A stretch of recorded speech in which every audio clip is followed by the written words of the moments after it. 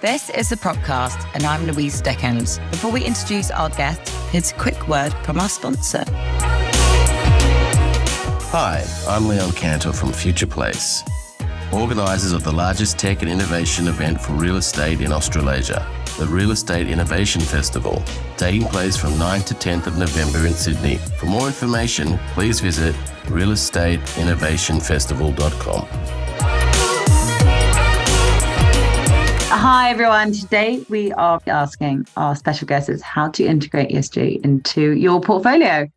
And I thought who better to ask this question than our guest from Blackstone. We got Eric Duchon, who is a managing director and the global head of ESG, and John Fitzpatrick, the senior managing director and chief technology officer of alternative asset management technology at Blackstone. So welcome to the show, Eric and Fitz. Thanks, Lou. It's great to be here with you. Hey, Louisa. Pleasure to be here. Thank you for having us. So I presume most of you listening know or have heard of, and I hope so, Blackstone.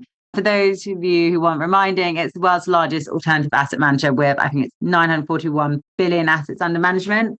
These assets aren't just real estate assets, and it's not surprising why they are so far ahead of pure real estate asset managers when it comes down to ESG and the strategy integration behind it. So today, Eric and Fitz are going to be sharing with us where Blackstone is on ESG. You know, this might shed some light about why they are seen as one of the leaders in this space and what they're honing in on as a business when it comes down to strategy, investment, innovation across their fairly diverse and global portfolio. And I guess that ultimately gives them the edge and ensuring profitability and reducing carbon footprint, which I think a lot of those listening in who are from the real estate investment management side really want to work out how to do and to keep everyone happy. So let's get started. Eric, why don't you go first, seeing as you've already had Fitz on one of the previous seasons. For our audience who don't know you, talk us through what your role is in a little bit more sort of detail, and also how you came to your role within Blackstone and within sort of real estate ESG. Thanks. So I lead ESG for Blackstone Real Estate globally, and that means that myself and my team work hand in hand with our acquisitions, asset management, and really all of the teams that support Blackstone Real Estate, as well as our portfolio companies, to ensure that we are implementing our ESG priorities as they are aligned with our fiduciary duty to add value to our portfolio and really deliver great returns to our investors. We believe that ESG is a real source of value and a real way to mitigate risk in our portfolio. And I've been focused on ESG, or really, when I started my career, it was called sustainability. And since the beginning, I actually had a college professor who knew that I was interested in real estate and said, there's this new thing called LEED buildings. Why don't you write me a paper on that? And I didn't really want to write the paper on that because it was an extracurricular activity for that class, but I did. And it spurred my career into finding my way into energy efficiency, sustainable certifications for real estate early on in my career, and found that it was a way, especially as the world was falling apart early in my career in 2008, it was a way to add value where value may not have existed in the past, right? Invest in LED lighting, invest in energy efficiency, and drive bottom line savings. So it quickly got picked up as a way that we could differentiate services to the real estate investors and corporate occupiers that we were working with then. And I've stuck with it. It's been a fantastic and rewarding career to be here now with Blackstone Real Estate, leading ESG efforts and finding ways to continue delivering that value and ensuring that we're improving the environmental, social, and governance performance of our companies and our assets. Amazing. Thank you for that. Also, thanks for clarifying ESG. Just before I went on this podcast, someone in my team went, do you clarify what ESG actually stands for? And I went, well, people don't know. Yeah, I'd be slightly worried. So fingers crossed the listeners have worked it out. Now, Fitz, you came on the podcast when we were very much focusing more sort of on the real estate technology side. Obviously, this is ESG sort of special, and a lot has changed since we spoke, I think, for the first time about sort of, it might have been 2.5 years ago with Mike from DealPath. For the audience who don't know, can you share with them a bit more about the role which you're in now, how it's changed, and what your responsibilities are at Blackstone? Sure. So my responsibilities at Blackstone is alternative asset management technology. And effectively what that is technology for Blackstone as it relates to our liquid businesses. So anything under our private equity umbrella, that's, core private equity, tactical opportunities, growth, life sciences, strategic partners, infrastructure, etc. And then everything under our real estate umbrella.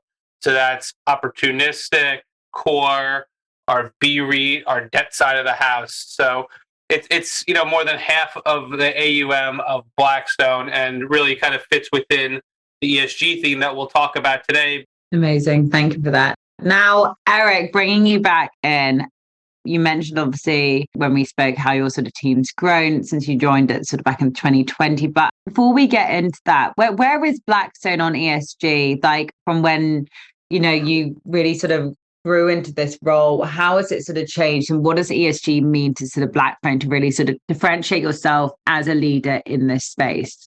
When I joined, I always like to say there were great pockets of initiatives happening across the Blackstone real estate portfolio and Blackstone with regards to ESG. We had a chief sustainability officer in Don Anderson for over a decade before I joined, who was really running around the world, working with our portfolio companies, identifying ways to reduce resource consumption and costs.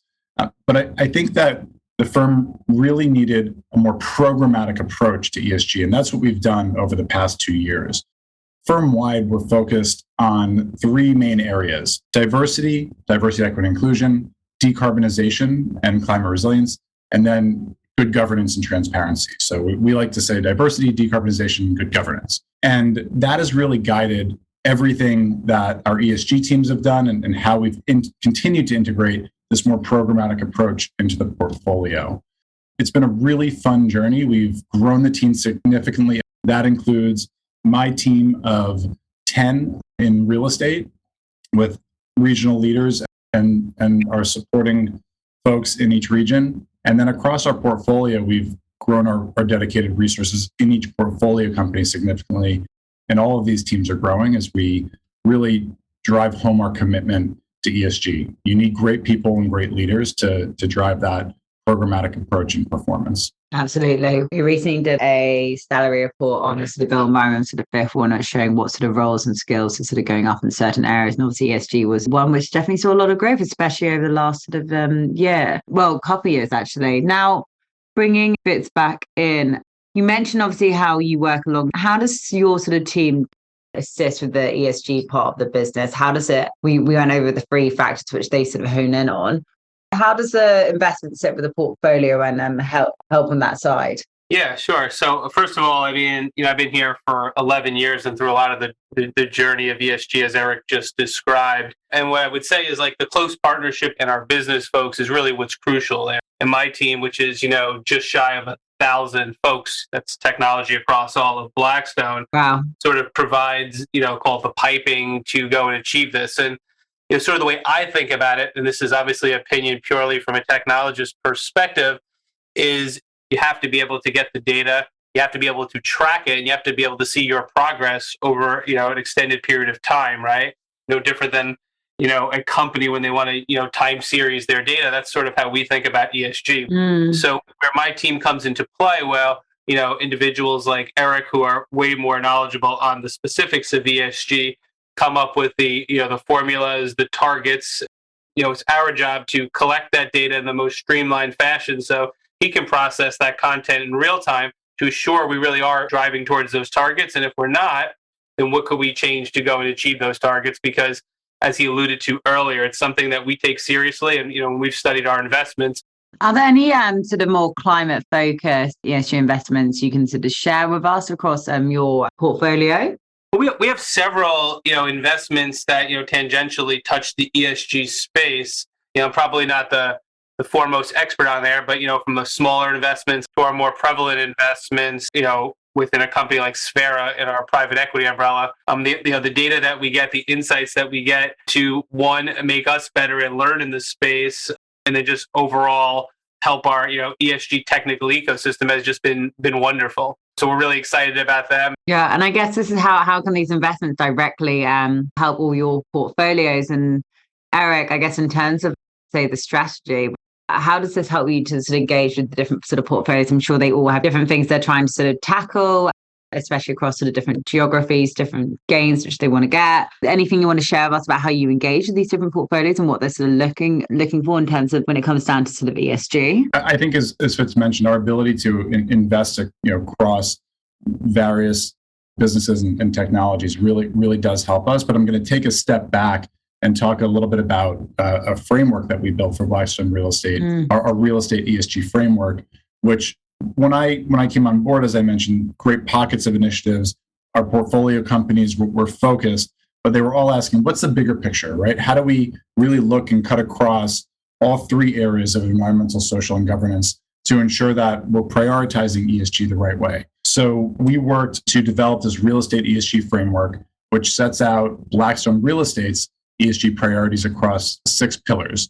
So those are climate resilience and sustainable operations, leading to that decarbonization focus area I mentioned before, stakeholder engagement, diversity, equity, and inclusion, and management compliance and reporting and transparency. And this has set the tone for how we, the real estate team, engage with the portfolio companies in order to help them develop what we're asking them to do is set 3-year strategic ESG roadmaps. And it's been really fruitful in that engagement because what it allows our team, with whether it's the real estate ESG team or working with Fitz's team or asset management team, it allows us to see what all of our companies are prioritizing, like Fitz mentioned with data management, that's one of those, or our carbon footprinting efforts in real estate, or an initiative we have going on around physical climate risk, and help us provide the resources to our portfolio companies to do that in a consistent way across the portfolio, but really action it, right? So they don't have to spend the time going through and figuring out how to do something for the first time, that we can say, all right, here's our approach, and now you get to implement, right? If we're talking about physical climate risk, let's go on the ground with you, portfolio company A, B, or C, and really identify what resilience measures are in place. They don't have to spend time calculating their carbon footprint. They can spend time implementing efficiency initiatives to reduce their carbon footprint, right? And what I love about working with Fitz is whenever we learn about new technologies that the portfolio companies are using, I get to take them right to him and his team and say, have you heard of these? Have you explored them? Do we think there's a good investment case? And I think I've only found one company in my 2 years here that I've said to Fitz and he hasn't known about. So it's really fun to work together with someone who has their finger on the pulse of the market like this and know and understand that we're going to come to a good conclusion on how we should use a certain technology, where it's applicable, if there's an investment case there across the portfolio that we're already looking at. It really makes the role that much more rewarding. I bet so many businesses, a bunch of our clients, especially in the investment management, asset management side, are looking for people who have the knowledge that Fitz does on, like, just has the thing on the pulse when it comes down to the tech market. I think it's such a global question. I was about to say global issue about what products work. What are the right solutions? How do you integrate them properly? Does it work for that portfolio? So the fact that Fitz has this infinite amount of knowledge is definitely a winner for Blackstone. Now, Fitz, this ties us quite nicely into one of the questions, which I'd love to hear your answer on. So obviously in every business, there's technology gaps, and I must vary from across your portfolios as well, depending what it is. They'll have different sort of issues they're looking to sort of tackle. How do you actually even get to work out where they are? I guess you work with sort of each of the heads of business, the teams, and then how do you sort of, I guess, reduce that sort of gap in these larger businesses? It must be pretty difficult. Yeah, I think there's a couple of things on that, right? Like, first of all, like ESG, this is one component, and we've talked about this, I think, on a prior podcast. It's one component of our larger data collection operations, right?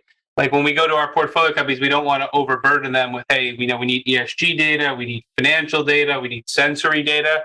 We have that holistic conversation with them. And then, as we mentioned with some of our data initiatives, broadly speaking across the portfolio, we help them employ that technology to try to make it as seamless as possible, right? Whether it's like direct connection with somebody like Schneider Electric to get that data back to us, or direct connection within HR or ERP systems to get some of the other content that Eric alluded to. We want to make it as seamless as possible so it's relatively painless for the particular portfolio companies, and then we can, again, we could propagate that data up so they can look at it, and individuals like Eric and his team can analyze that so we can, we could track it. And, the interesting thing for us at Blackstone, as you alluded to, we have a diversified portfolio, and having, individuals like Eric who are just experts here and who obviously oversee real estate and have a really strong understanding of ESG and real estate, also understand the larger picture here at Blackstone.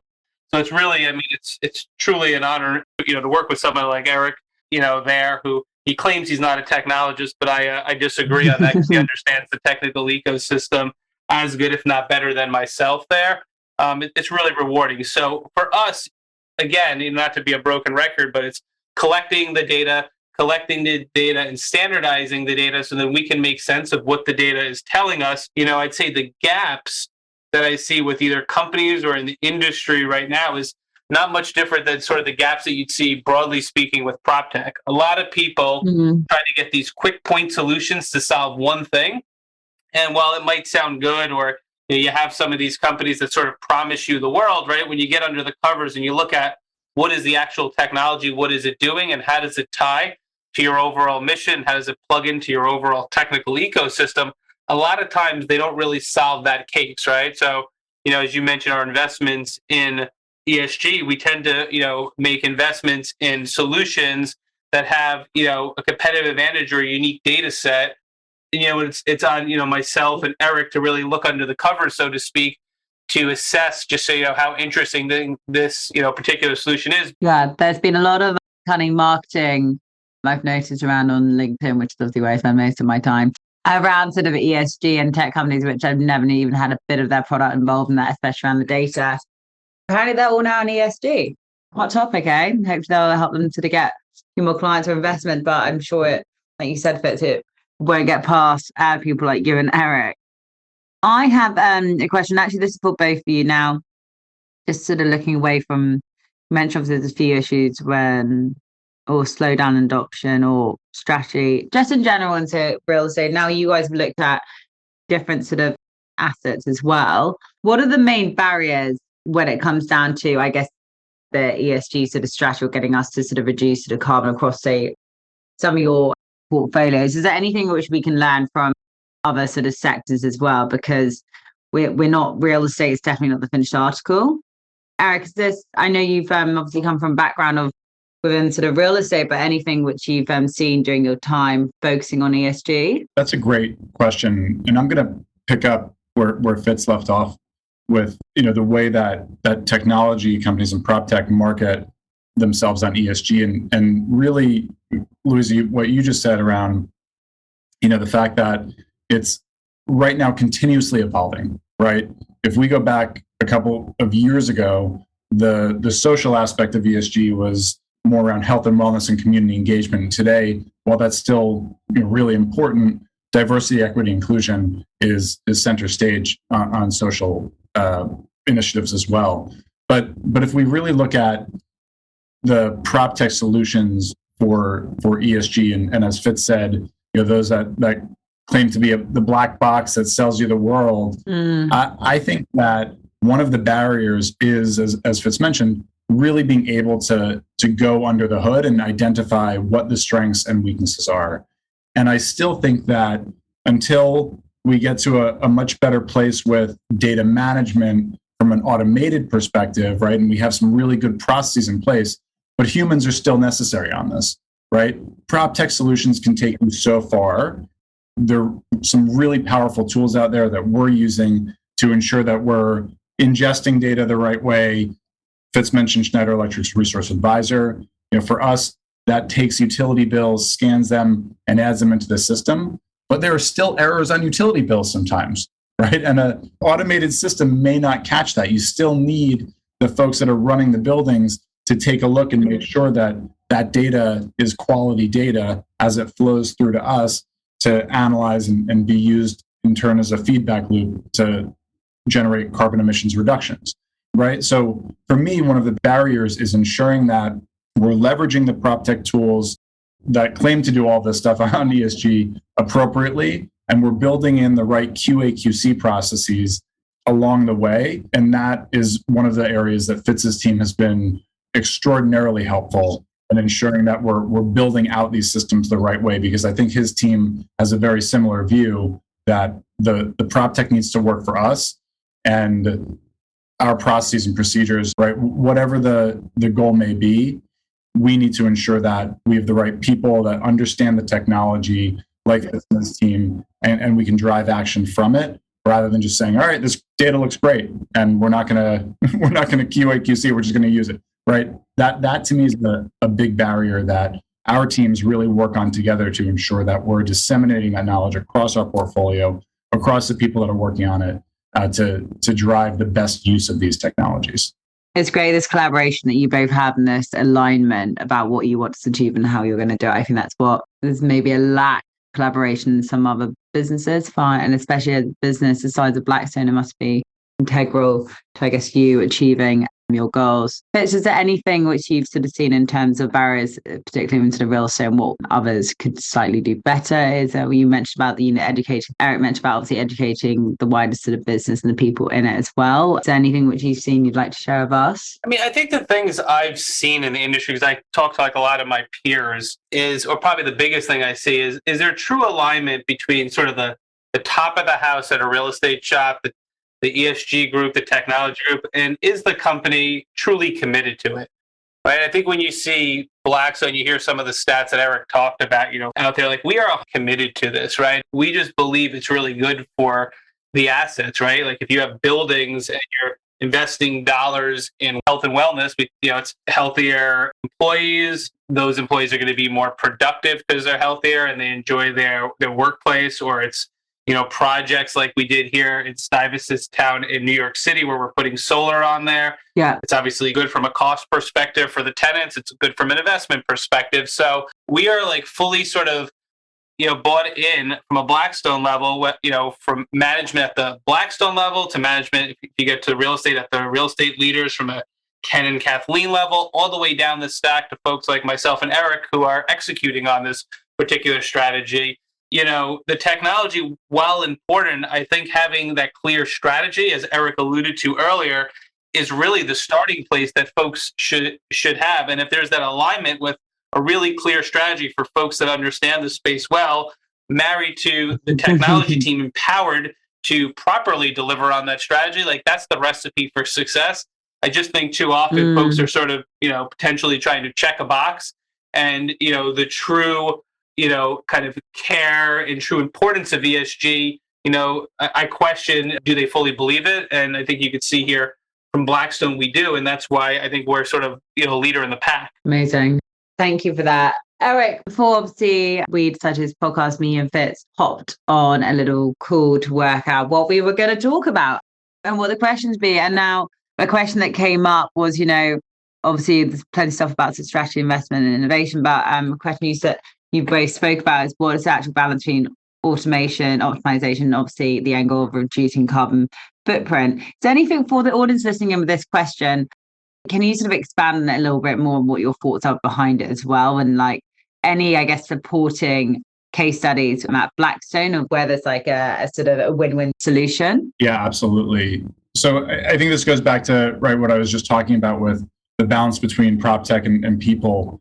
And we absolutely need these technologies that help us automate and optimize our buildings through automation. But I also think that requires the people that know what they're doing. So I just think it's that balance between a good prop tech in place and good people who are dedicated to using that prop tech to ensure that the best possible outcomes are being explored. Yeah, that's saving that sort of amount of money per building. I mean, it must add up as well. So those who haven't heard of Aqua, definitely check it out, especially those sort of looking at achieving sort of net zero carbon.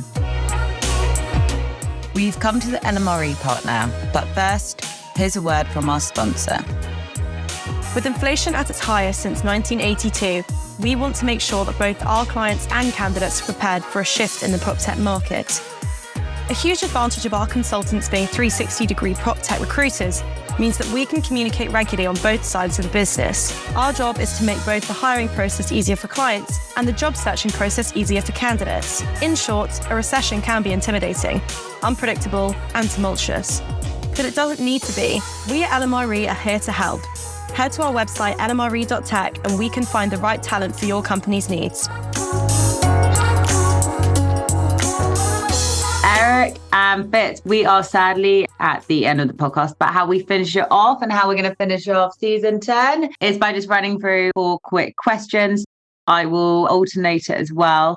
Eric, I'd love to hear from you. What's one of your main lessons that you've learned throughout your career within this space? You know, coming from Cushman, now we're obviously the world's largest asset manager. What's the biggest lesson you've learned? The biggest lesson that I've learned is that you need to stay nimble in everything that you're doing.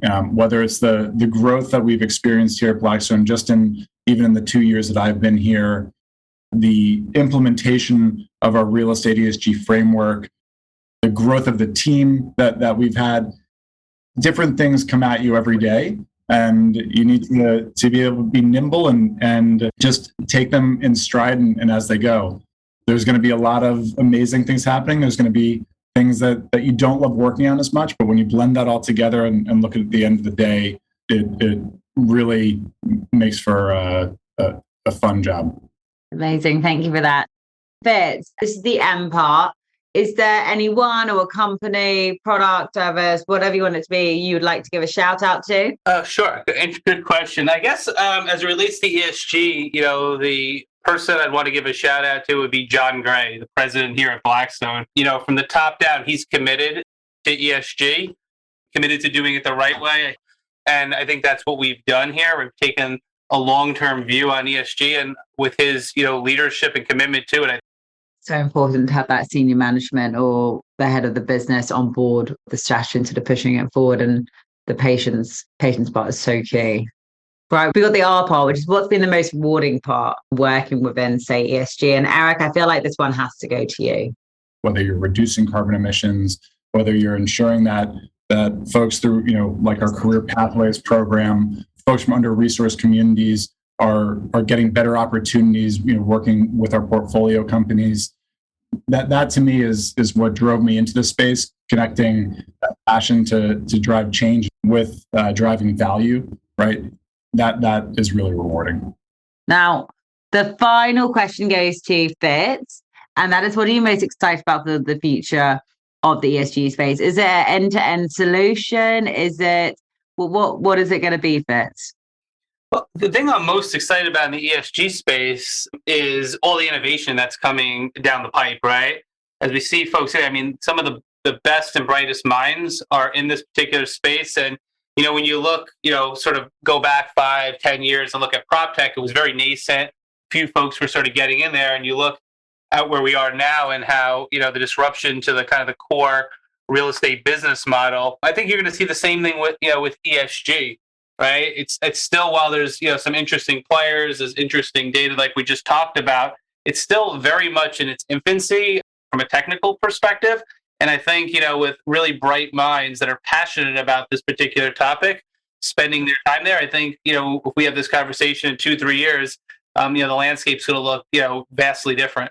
Thank you very much for that. Right, guys. Well, unfortunately, it's come to the end of the show. It's been an absolute pleasure recording with you, and it's great to hear what Blackstone has been working on. I'm sure a lot of people listening in will be taking some notes.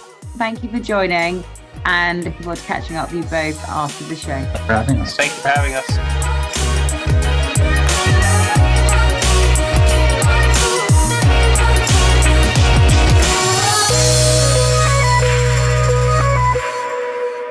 Making a high-quality podcast like this one takes a lot of work.